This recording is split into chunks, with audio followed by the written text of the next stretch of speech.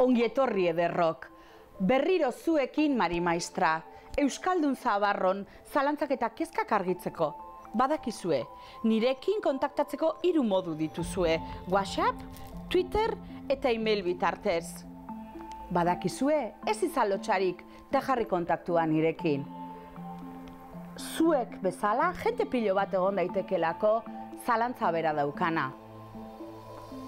Ara? Norbaitek deitu du.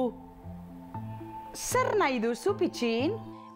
Kaixo, dago Mari Maistra? Naiz Sara, Donostetikan. Arazo larri badaukazu, ez da, Sara? Bai, Mari Maistra, daukat zalantza bat super handia. Bai, Sara. Argi ikusten dut arazoa daukazuna. Bai. Ez esan, naiz Sara.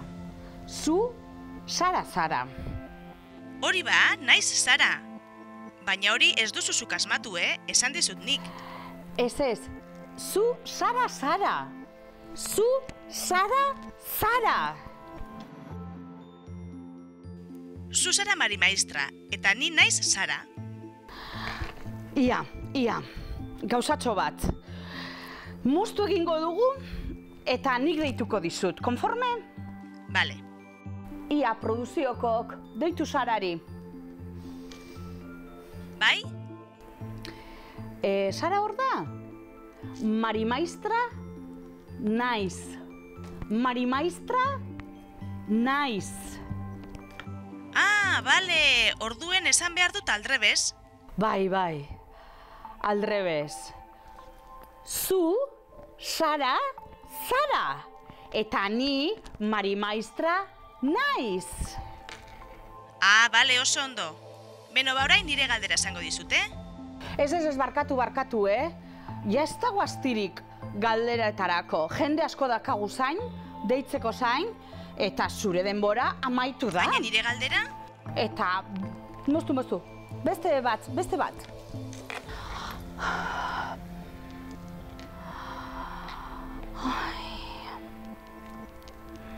Badakizue, telefonoz deitzen duzuenean, mesedez, esan behar duzuena hauxe da. Mikel hor da? Mikelekin, mesedez. Andoni etxean da, baina dago Andoni, badago Mikel.